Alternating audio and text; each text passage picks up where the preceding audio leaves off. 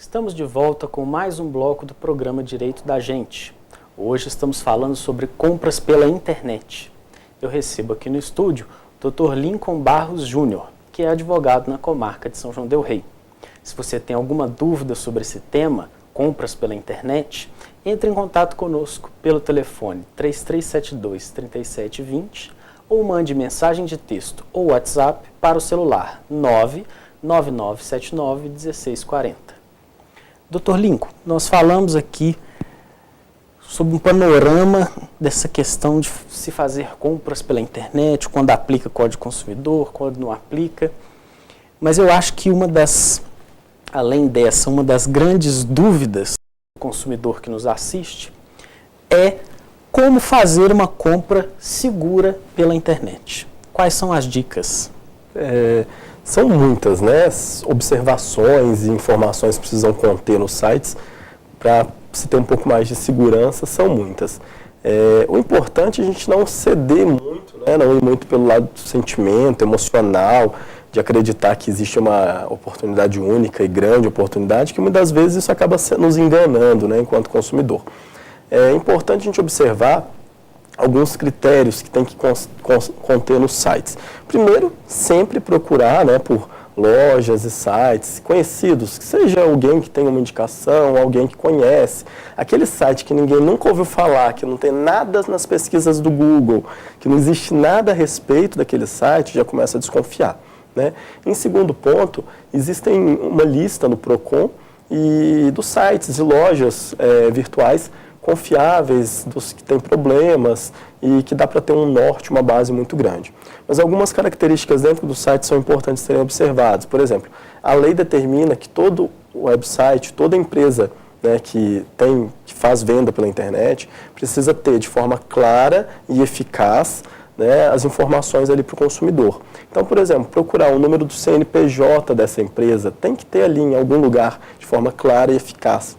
Eu sempre, quando eu vou comprar pela internet, Rafael, e o pessoal de casa, eu faço o seguinte: eu pego o número do CNPJ, entro no site da Receita Federal, faço lá uma consulta de CNPJ e vejo se aquela empresa realmente existe, se condiz os dados informados ali, que às vezes até criam, né, CNPJs que não existem.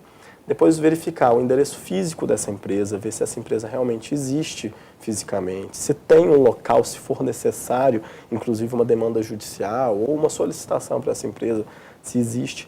Procurar um telefone, pelo menos, porque se não tiver como você ter um acesso a um problema ou tentar uma solução, que pelo menos você consiga fazer uma ligação e ter esse problema solucionado.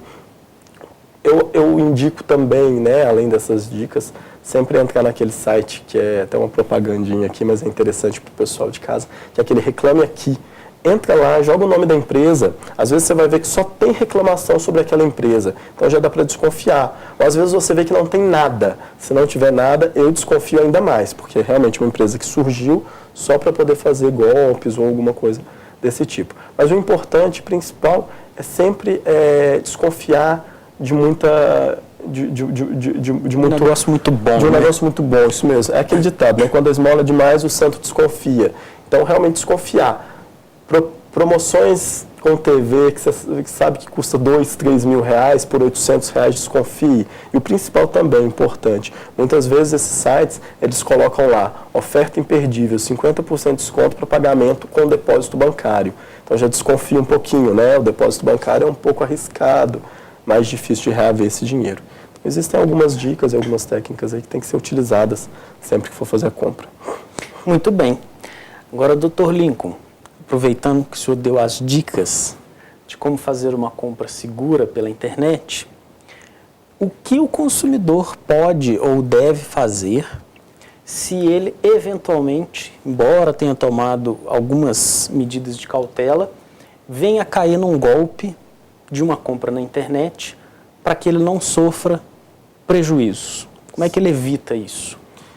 Se mesmo tomando, né, os cuidados, remediando, né, ou se por um descuido acaba comprando ali no impulso, é importante inicialmente fazer um boletim de ocorrência, registrar um boletim de ocorrência. Porque primeiro, que se estamos diante de um golpe cometido na internet, por meio de compra, a gente está diante também de um crime. Então a gente pode aí falar de vários tipos de crime, inclusive até um estelionato.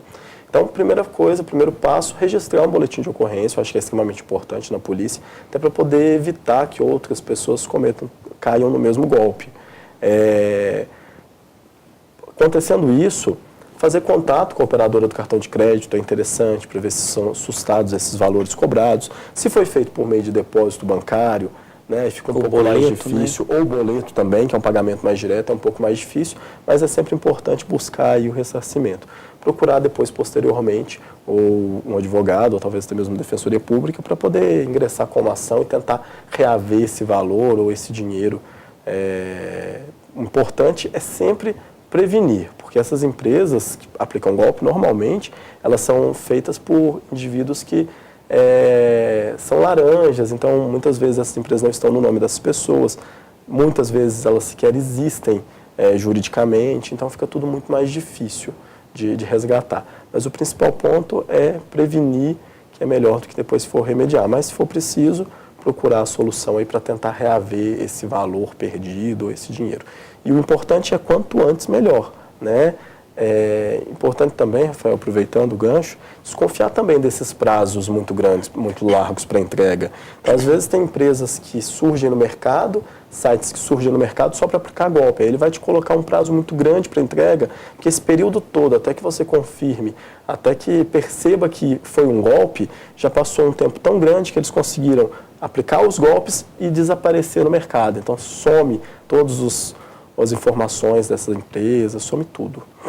Exatamente. E aproveitando a oportunidade, meu pai deve estar me assistindo provavelmente, vou puxar a orelha dele, porque ele fez uma compra pela internet e foi numa dessas de televisão, embora não estivesse com preço tão abaixo do que estava sendo ofertado no mercado, mas era um golpe.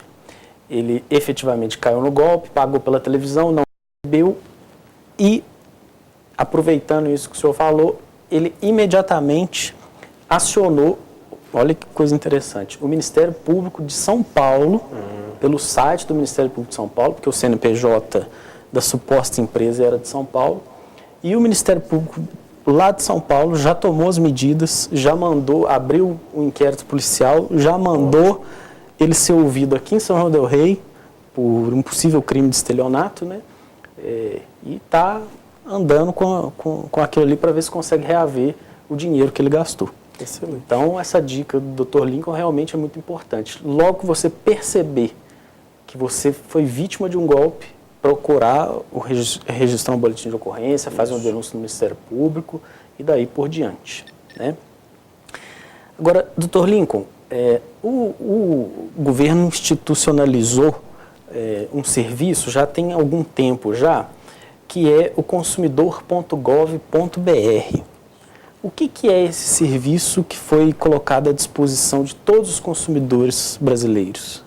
É um website, né, que é extremamente interessante, inclusive, a gente falar a respeito.